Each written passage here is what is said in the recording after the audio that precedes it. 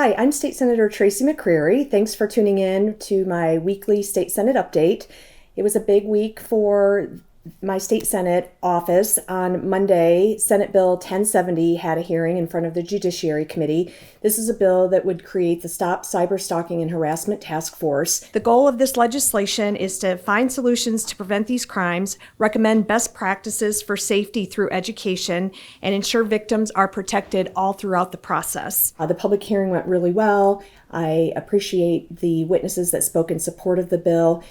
Cyber stalking and harassment is a very, very concerning crime, and it has the prevalence has really increased because we live our lives online now. Another bill that was heard this week is my Senate Bill 820. Our bill, which is a bipartisan bill, would create a felony charge of fleeing that is proportionate to the potential and preventable harm that may be done by a high-speed chase. I'm proud to work with my colleague, Senator Schroer, on this legislation, and I'm also proud to have several law enforcement officers and agencies here today to share their stories. What this bill would do is it would give police and prosecutors more tools that they need to help address fleeing that is so dangerous for our first responders, but also is extremely dangerous for all of you as constituents, because you just never know when a car or a vehicle is going to be flying down the road at 130 miles an hour. On Wednesday in the State Senate, it was the first time, I guess it was February 7th, it was the first time we actually talked about any policy bills on the floor. It was really interesting to me what the first bill was that the Republicans brought up. Some good news is since session started in early January, some of my colleagues have been threatening to filibuster every day until they could eliminate a source of funding for first responders like police and firefighters. Every day since early January, the Republicans have been filibustering about saying that they want to pass a voucher bill that I really am opposed to because it takes money away from our neighborhood public schools where the vast majority of Missouri kids go. Other good news is, the threat of getting to this so-called initiative petition reform has not happened yet.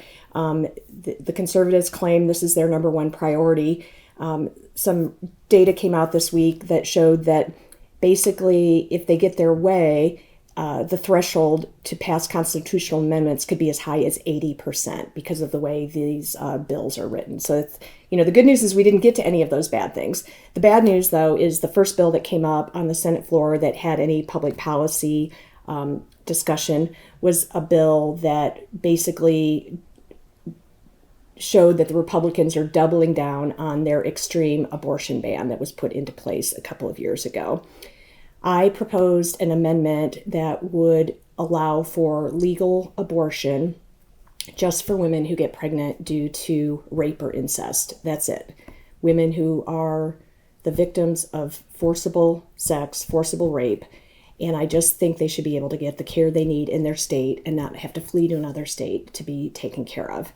Every single Republican in that room voted against the exceptions for victims of rape and incest. And that's how extreme folks are in Jefferson City. The Republicans are that extreme that they could not even have some compassion for women who get pregnant as the result of rape or incest.